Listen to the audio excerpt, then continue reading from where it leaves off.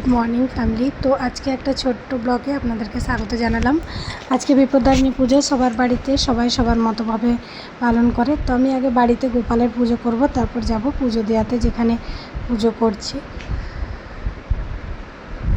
তো সেই কাঁঠাল যেটা আপনাদের দেখিয়েছিলাম, কাঁঠালটা ছাড়িয়ে নিলাম, ফল সব নিয়ে নিয়েছি, ফুলও অনেক আজকে ফুল পেয়েছিলাম। খুব সুন্দর করে সবাই সব ঠাকুরকে স্নান টান করিয়ে পুজো দিয়ে প্রসাদ দিয়ে দিলাম।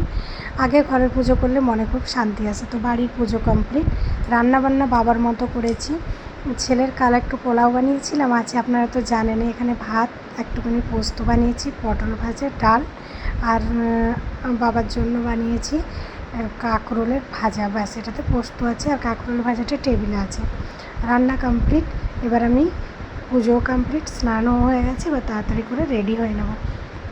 তো আমি একটা প্লেন ব্লু কালারের শাড়ি পরেছি, আর কিছুই না। আমি একটুখানি আমব্রেলা পাউডার লাগিয়ে নিয়েছি রোদে যাবো বলে।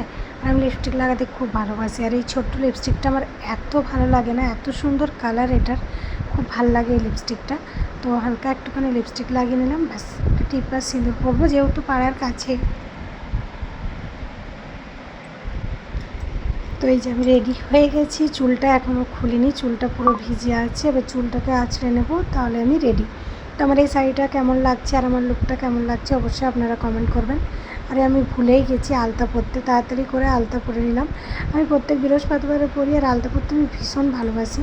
তো তাড়াতাড়ি করে আলতা পরে পৌঁছে গেলাম যেখানে পুজো হচ্ছে।